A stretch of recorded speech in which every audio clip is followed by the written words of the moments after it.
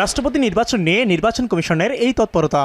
রেওয়াজ অনুযায়ী মঙ্গলবার সংসদের ভারপ্রাপ্ত স্পিকার ব্যারিস্টার কায়সার কামালের সাথে বৈঠকে বসে কমিশন। সিসি-এএমএম নাসির উদ্দিনের নেতৃত্বে যোগ দেন অন্যান্য কমিশনাররাও। সংবিধানের ১২৩-এর ২ অনুচ্ছেদ অনুসারে রাষ্ট্রপতি পদত্যাগের পরবর্তী ৯০ দিনের মধ্যে নির্বাচন করার সাংবিধানিক বাধ্যবাধকতা রয়েছে। সেক্ষেত্রে ২৪ অক্টোবরের মধ্যে নির্বাচন করতে হবে।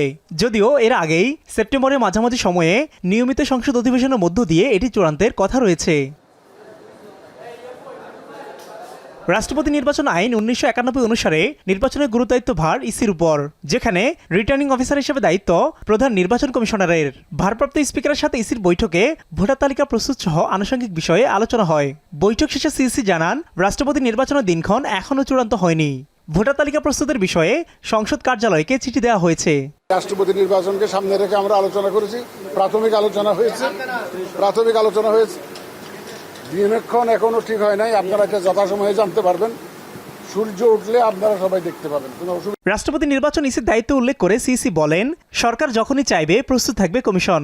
আমরা বলেছি আমরা প্রস্তুত। আমরা বলেছি যে কোনো সময় রাষ্ট্রপতি নির্বাচনের জন্য প্রস্তুতি আমরা নিয়ে রেখেছি। কারণ আমাদের আবার স্থানীয় সরকার নির্বাচনের একটা প্রস্তুতির ব্যাপার আছে, কারণ আমাদের অধিক ব্যস্ততা আছে। সুতরাং এটা আমরা করে ফেলবো, এটার জন্য আমরা প্রস্তুত আছি। বৈঠকে সাতক্ষীরা ৪ আসনের সংসদ সদস্যের বিষয়ে আলোচনা হয়নি, তবে সংসদ সচিবালয় রেফার করলে কমিশন ব্যবস্থা নেবে। সাতক্ষীরার বিষয়টি আলোচনার বিষয়বস্তু ছিল না। আমরা শুধুমাত্র প্রেসিডেন্ট নির্বাচন নিয়ে আলোচনা করার জন্য এসেছিলাম।